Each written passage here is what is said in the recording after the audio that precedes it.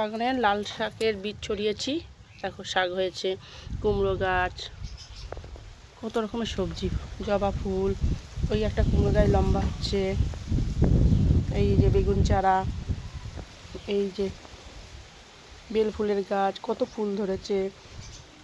তারপরে মৌসুমি লেবুর গাছ, দেখো লেবুটা একটা লেবু হয়েছে, মৌসুমি লেবু।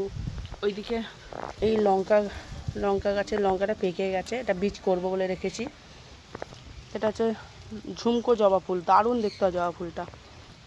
এইদিকে লঙ্কা চারা, এদিকে স্থলপদ্ম ফুলের গাছ, এইদিকে নীলকণ্ঠ, কচু শাক গাছও লাগিয়ে দেয়, কালো কচুগুলো ডাঁটাগুলো দেখো কালো মতো, এইটা কচু শাক খায়। এইদিকে কুমড়ো গাছের ছড়াছড়ি, দেখেছো কুমড়ো গাছ।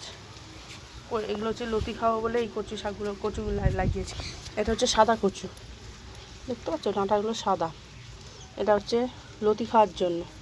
এই দেখো বেগুন চারা, সব পেঁয়াজ গাছ, ওইদিকে টমেটো গাছে টমেটো ধরেছে, ছোট্ট টমেটো ধরেছে, দেখতে পাচ্ছ ছোট্ট। ওদিকে জবা ফুলের কুঁড়ি ধরেছে, এই হনুমানে সব খেয়ে নিয়েছিল, এই জন্য জাল দিয়ে ঘিরে দেওয়ার পর গাছগুলো আমার সুন্দর আছে।